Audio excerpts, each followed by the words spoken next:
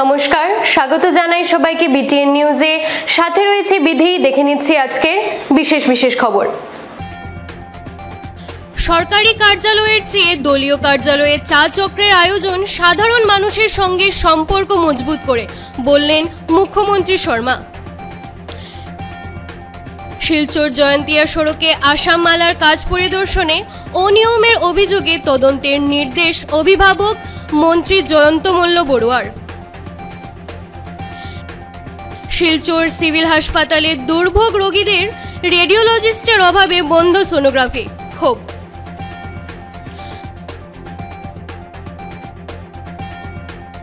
ধলাই চেকারচামে দুষ্কৃতীদের গুলিকাণ্ডের পর আজ এলাকা পরিদর্শন করলেন সাংসদ পরিমল শুক্লবৈদ্য। সরকারি কার্যালয়ের চেয়ে দলীয় কার্যালয়ে চা চক্রের আয়োজন সাধারণ মানুষের সঙ্গে সম্পর্ক মজবুত করে, বললেন মুখ্যমন্ত্রী শর্মা। সরকারি কার্যালয়ের চেয়ে দলীয় কার্যালয়ে চা চক্রে যোগদান করা অনেক বেশি ফলপ্রসূ, কারণ দলীয় কার্যালয়ে চা চক্রে যোগদান মূলত সাধারণ মানুষের সঙ্গে সম্পর্ক মজবুত করে। এক প্রতিক্রিয়ায় এই কথাগুলো বলেন মুখ্যমন্ত্রী হিমন্ত বিশ্ব শর্মা। আজ সরকারি অনুষ্ঠানে যোগ দিয়ে জাগিরোড বিজেপি মণ্ডল কার্যালয়ে এক চা চক্রে যোগ দেন মুখ্যমন্ত্রী। এই উপলক্ষে তিনি আরও বলেন, দলীয় কার্যালয়ে সাধারণ মানুষের বিভিন্ন সমস্যার কথা সহজেই জানা যায়, ফলে মানুষের মধ্যে সরকার বিরোধী ক্ষোভ সহজেই দূর হয়। একই সঙ্গে জনগণের অনেক সমস্যার সমাধানও হয়ে থাকে বলে জানান মুখ্যমন্ত্রী। মই যেতিয়া কোনোবা জিলালৈকে যাওঁ আৰু সেই জিলাত যদি দলৰ কাৰ্যালয় থাকে, তেতিয়াহ'লে আজিকালি চাহকাপ চৰকাৰৰ কাৰ্যালয়ত বহি খোৱাতকৈ মই দলৰ কাৰ্যালয়ত বহিয়ে খাওঁ। আৰু ঠিক তেনেকৈ দুপৰীয়া যদি কোনোবা জিলাত গ'লোঁ, ঘূৰি আহোঁতে ভোক লাগিলে চাৰ্কিট হাউচ বা আৱৰ্ত ভৱনত সোমোৱাতকৈ আমাৰ বিজেপিৰ যিহেতু বিভিন্ন কাৰ্যালয় প্ৰতিষ্ঠা হৈছে, কাৰ্যালয়ত সোমাই পেলাই চাহকাপ খাই যাব বা ৰুটি এখন খাই যাব চেষ্টা কৰোঁ। আজি মৰিগাঁৱলৈকে ৰহালৈকে গৈছিলোঁ, ঘূৰি আহোঁতে জাগিৰোডত আমাৰ মণ্ডল, যাতে মানুহৰ মাজত কোনো এটা ক্ষোভ থাকি নাযায়। প্ৰধানমন্ত্ৰী ডাঙৰীয়াই আধাৰশিলা স্থাপন কৰিছিল, এতিয়া ভূমি পূজন হ'ব, কামো আৰম্ভ হ'ব আৰু 30,000 কোটি টকাৰ এটা ইনভেস্টমেন্ট। শিলচর জয়ন্তিয়া সড়কে আসাম মালার কাজে পরিদর্শনে অনিয়মের অভিযোগে তদন্তের নির্দেশ দিলেন অভিভাবক মন্ত্রী জয়ন্ত মল্ল বড়ুয়া। শেডো সংস্থা সহ গণ অভিযোগের ভিত্তিতে শনিবার বরখলায় শিলচর জয়ন্তিয়া সড়কে আসাম মালার কাজ পরিদর্শনে আসেন কাছাড়ের অভিভাবক মন্ত্রী জয়ন্ত মল্ল বড়ুয়া। এদিন মন্ত্রী পরিদর্শনকালে বরখলায় আসার পর দলীয় বিজেপি বরখলা মণ্ডলের সভাপতি পিনাককান্তি দাস, সেদর সম্পাদক অজিত দাস সহ অন্যান্যরা আসাম মালা সড়কের কাজে বিভিন্ন হয়রানির কথা তুলে ধরেন মন্ত্রীর কাছে। এতে অসন্তোষ প্রকাশ করে মন্ত্রী সঙ্গে সঙ্গে বিভাগীয় আধিকারিকদের কাছে এসব বিষয়ে জানতে চান। যদিও পূর্ত বিভাগের এক্সিকিউটিভ ইঞ্জিনিয়ার কল্লোল নাথ মন্ত্রীকে টালবাহানা করে বোঝানোর চেষ্টা করলে স্থানীয়রা প্রতিবাদ করেন। পরে বরখলা বাস স্ট্যান্ডে গিয়ে সরজমিনে আসাম মালার কাজ দেখেন মন্ত্রী জয়ন্ত মল্ল বড়ুয়া। আগামী দুদিনের মধ্যে ম্যাজিস্ট্রেট পর্যায়ে তদন্ত করার পর বিহিত ব্যবস্থা নেওয়া হবে বলে উপস্থিত জনগণকে আশ্বস্ত করেন তিনি।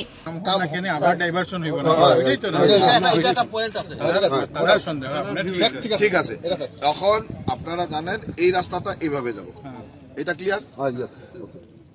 ক্লিয়ার? এতিয়া আগত ডিপিআর আছিল, কিবা আছিল, সেইবিলাক বাদ দিয়ক, সেইবিলাক পাহৰি যাওক। চিফ মিনিষ্টাৰে যিটো কৈছে এই ৰাস্তাটো এনেকে যাব, হৈ গ'ল। আৰু এই ৰাস্তাটো চিধাই যাব লাগে, কিয় ইমান ডাঙৰ এটা পাক লগোৱাৰ কি যুক্তি আছে? এই ইমান ডাঙৰ পাকটো লগাওঁতে ইয়াতো এটা এনকুৱাৰী হ'ব, কোনে এইটো পাকটো লগাইছিল, কিয় লগাইছিল, ইমান গভৰ্ণমেণ্টৰ পইচা এক্সট্ৰা কিয় খৰচ কৰিছিল। এনেকে যোৱা ৰাস্তাটো ইমান পাক লগাই দিলে ইয়াৰ একোৱাৰ ভেলু দিব লাগিব নে নাই? এইটো এক্সিস্টিং ৰাস্তা না। পরিদর্শনকালে মন্ত্রীর সাথে উপস্থিত ছিলেন লক্ষ্মীপুরের বিধায়ক কৌশিক রায়, শিলচরের বিধায়ক দীপান চক্রবর্তী, উধারবন্দের বিধায়ক মিহির কান্তি সোম, জেলা বিজেপি সভাপতি বিমলেন্দু রায় সহ অন্যান্যরা। এদিন গুয়াহাটি ফিরে যাওয়ার আগে শিলচরে কৃষি বিভাগের একটি অনুষ্ঠানে যোগদান করেন কাছাড়ের অভিভাবক মন্ত্রী জয়ন্ত মল্ল বড়ুয়া। রেডিওলজিস্টের অভাবে বন্ধ সোনোগ্রাফি সিভিল হাসপাতালে, বিক্ষোভ। শিলচরের শতাধিক প্রাচীন সিভিল হাসপাতালে চিকিৎসাধীন ও বহির্বিভাগের রোগীদের এতদিন বিনামূল্যে সোনোগ্রাফি করার যে সুবিধা ছিল তা আজ থেকে রেডিওলজিস্টের অভাবে বন্ধ করে দেওয়া হয়েছে। এই ঘটনার তীব্র প্রতিবাদ জানিয়ে আজ সিভিল হাসপাতালের সামনে বিক্ষোভ প্রদর্শন করে সিভিল হাসপাতাল আধুনিকীকরণ দাবি কমিটি। বেলা 11:30 থেকে দুপুর 12:30 পর্যন্ত বিক্ষোভ চলাকালীন সেখানে বক্তব্য রাখেন সংগঠনের মুখ্য আহ্বায়ক কমল চক্রবর্তী, নাগরিক স্বার্থ রক্ষা সংগ্রাম পরিষদের অন্যতম সদস্য দীপঙ্কর চন্দ এবং রূপম সাংস্কৃতিক সংস্থার সাধারণ সম্পাদক নিখিল পাল সহ আরও অন্যান্যরা।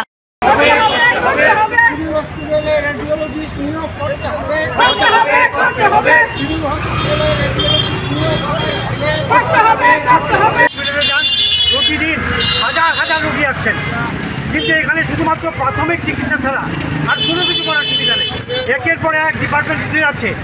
আপনারা দেখবেন ওখানে আমরা লিখে রেখেছি সমস্ত বিভাগের ডাক্তার বা এক্সপার্টরা তারা নেই এখানে। এটার পেছনে অন্য রকমের চক্রান্ত আছে। প্রতিবার ইলেকশনের সময় আমরা এটা জানতে পারি আধুনিকীকরণ হবে হবে হবে, ওই ইলেকশন টু ইলেকশন মাঝখানে কোনো কাজ হয় না। তার ফলে যে অবস্থা তার থেকে কিন্তু খারাপ হচ্ছে।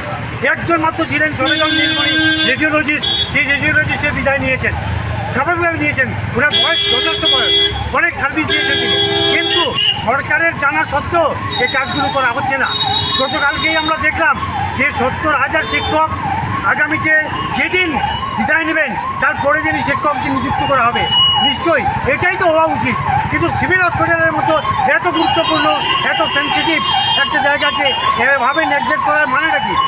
এবার সবচেয়ে বেশি সমস্যায় পড়ে গেছে বিশেষত গর্ভবতী মহিলারা, যারা এখানে ট্রিটমেন্ট করাতেন। তারা গতকালকে এসেছিলেন, আজকে এসেছেন দু-একজন। তারা বলছে যে এখানে নাকি সোনোগ্রাফি হবে না, আমি সোনোগ্রাফি কোথায় করব? এই যে ভাবে একটা শিলচরের মতো একটা সিভিল হাসপাতালে যদি একজন রেডিওলজিস্ট নিয়োগ করতে না পারে তাহলে আমরা কোথায় যাব? সেই জন্যই আমরা আজকে রাস্তায় নেমেছি। তবে আজকের আন্দোলন শুধু এখানেই শেষ হবে না, আমরা পরবর্তীতে আন্দোলন আরও জোরদার করব, যতক্ষণ না পর্যন্ত এখানে শিলচরে নিউরোলজিস্ট তৈরি হয়, যতক্ষণ না পর্যন্ত রেডিওলজিস্ট এখানে আসে ততক্ষণ পর্যন্ত পড়ে যাবে। আরেকটা অদ্ভুত ব্যাপার হচ্ছে যে গত ভোটের 2 মাস আগে আপনার সিভিল হাসপাতালের ভেতরে 50 বেডের একটা ক্রিটিক্যাল এয়ার ইউনিট মানে আইসিইউ তৈরি হওয়ার কথা। তখনই তাদের সবাইকে কোয়ার্টার ছেড়ে দিতে বলা হয়েছে, কোয়ার্টার ছেড়েও দেওয়া হয়েছে, কিন্তু এখন পর্যন্ত সেই ব্যাপারটা কী পর্যায়ে আছে আমরা কেউ জানি না। এখানকার যে আপনার পিডব্লিউডিবির যে বিল্ডিং ডিভিশনের ইঞ্জিনিয়ার উনি বললেন না আমি এখনও কিছু করিনি। এখন মুশকিলটা হচ্ছে যদি এগুলো যে না করা হয় তাহলে ধীরে ধীরে এই সিভিল হাসপাতাল কিন্তু আরও মানুষের রোগী আসা বন্ধ হবে এবং আমাদের আশঙ্কা পরবর্তীতে এই সিভিল হাসপাতাল পুরোপুরি বন্ধ হয়ে যাবে। ধলাই চেকারচামে দুষ্কৃতীদের গুলিকাণ্ডের পর আজ এলাকা পরিদর্শনে সাংসদ Parimal Shuklabaidya.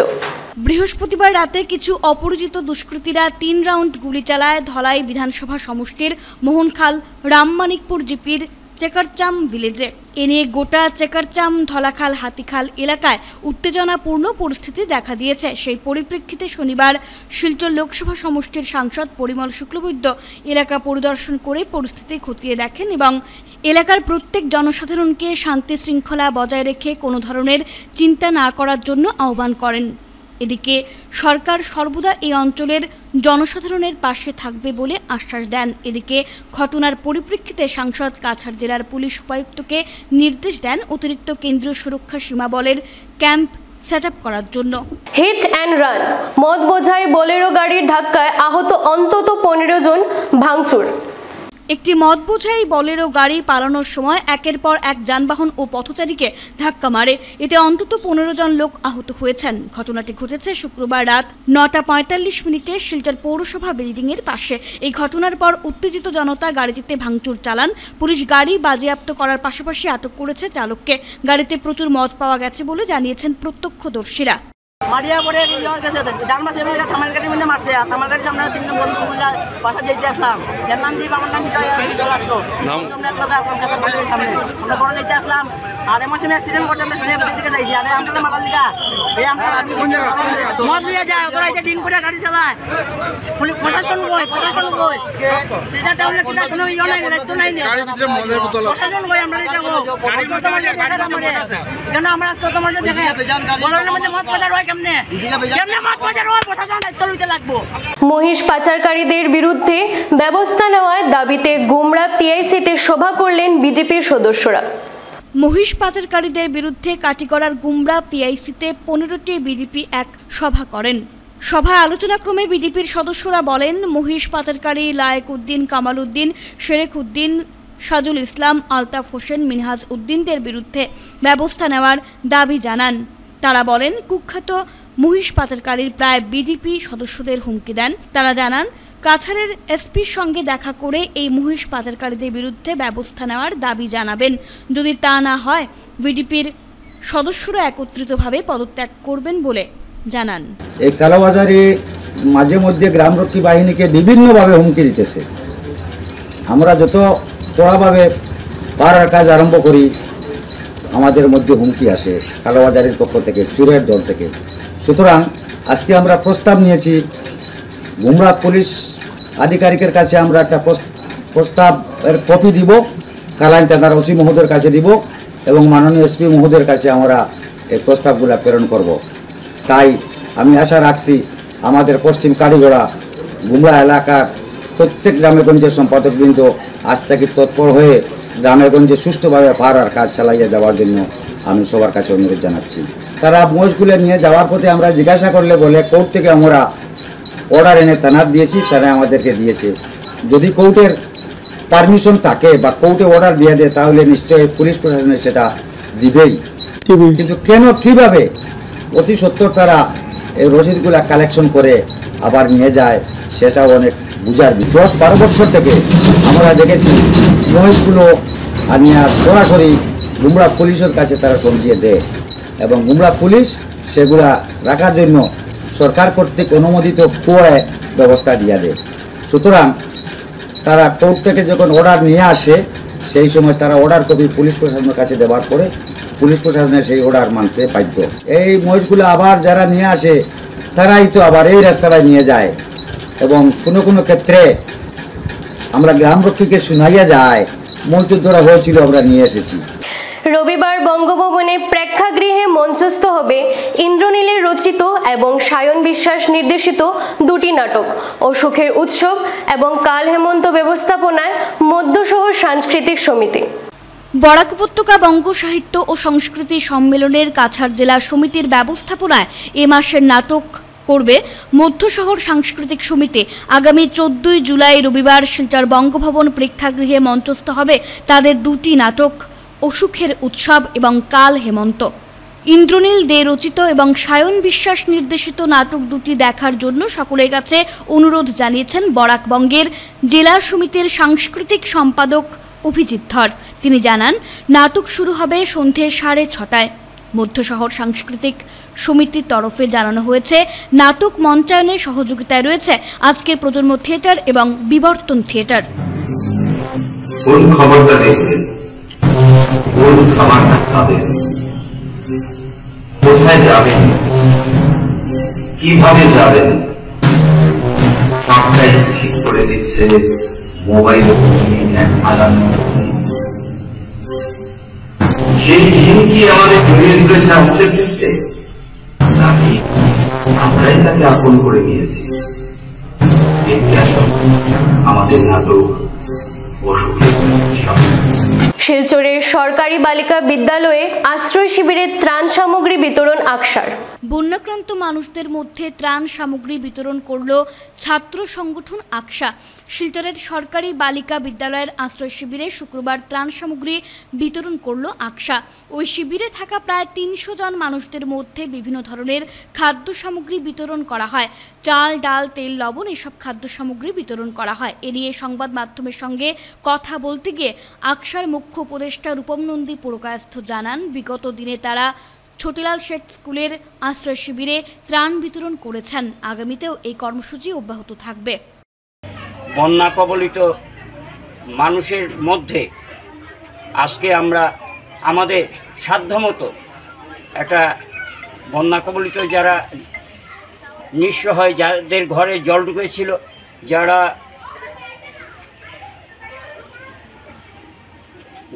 Girls higher secondary স্কুলে আশ্রয় নিয়েছেন, তাদের কাছে আমরা আমাদের সাধ্যমতো কিছুটা ত্রাণ সামগ্রী দেওয়ার চেষ্টা করেছি। ভূপেন হাজারিকার উক্তি আমাদের স্মরণ করিয়ে দেয়, মানুষ মানুষের জন্যে, জীবন জীবনের জন্যে।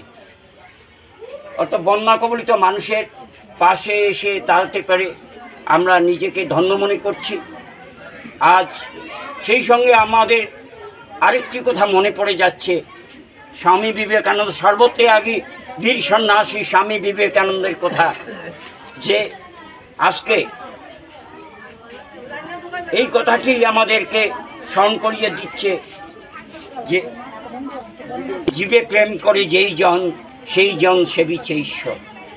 অর্থাৎ মানুষকে ভালোবাসো, যারা নিরন্ন নিরবস্থা হয়ে আজকে এই বন্যা কবলিত হয়ে ঘর বাড়ি ছেড়ে যারা স্কুলে আশ্রয় নিয়েছেন, আমরা আমাদের সাধ্যমতো গভ গার্লস হায়ার সেকেন্ডারি স্কুলে যারা আশ্রয় নিয়েছেন তাদেরকে আজ আমরা এই ত্রাণ সামগ্রী দেওয়ার চেষ্টা করেছি।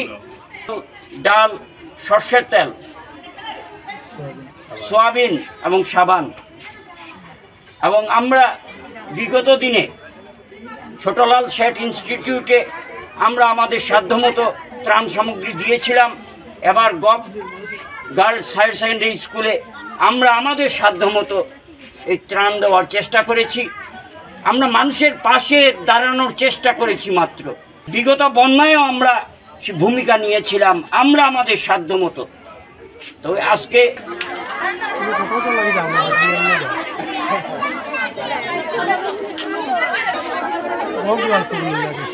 সম্মিলিত লোকমঞ্চের সাধারণ সভা শিলচরে অনুষ্ঠিত।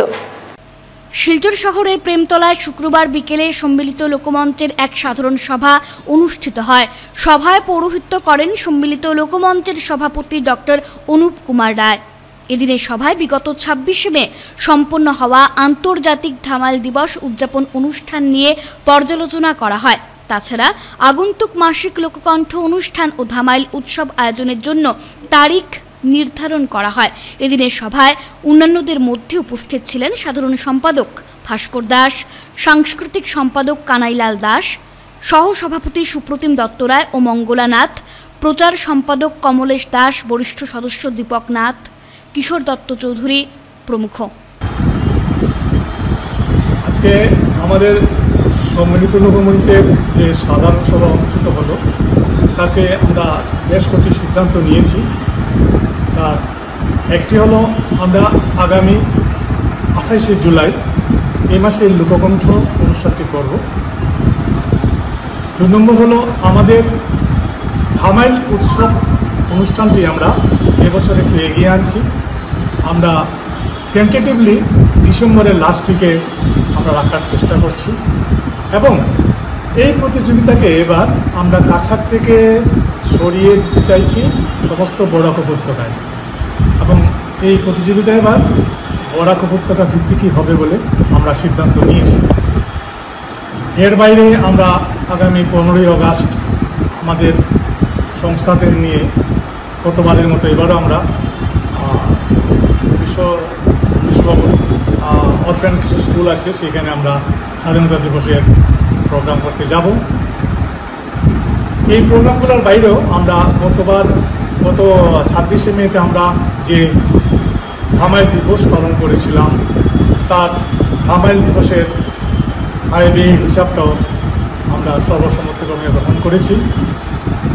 আমরা পরবর্তীতে আমাদের ধামাইল উৎসব নিয়ে যে যা অনুষ্ঠান করব তা আমরা সর্বান্তকরণে সবাই সিদ্ধান্ত নিয়েছি যে আমরা আগামী ডিসেম্বর মাসের শেষ সপ্তাহে এই অনুষ্ঠানকে সম্পন্ন। দেখে নিচ্ছে আজকের বিশেষ বিশেষ খবর আরও একবার। সরকারি কার্যালয়ের চেয়ে দলীয় কার্যালয়ে চা চক্রের আয়োজন সাধারণ মানুষের সঙ্গে সম্পর্ক মজবুত করে, বললেন মুখ্যমন্ত্রী শর্মা। শিলচর জয়ন্তিয়া সড়কে আসাম মালার কাজ পরিদর্শনে অনিয়মের অভিযোগে তদন্তের নির্দেশ অভিভাবক মন্ত্রী জয়ন্ত মল্ল বড়ুয়ার। শিলচর সিভিল হাসপাতালে দুর্ভোগ রোগীদের রেডিওলজিস্টের অভাবে বন্ধ সোনোগ্রাফি, ক্ষোভ।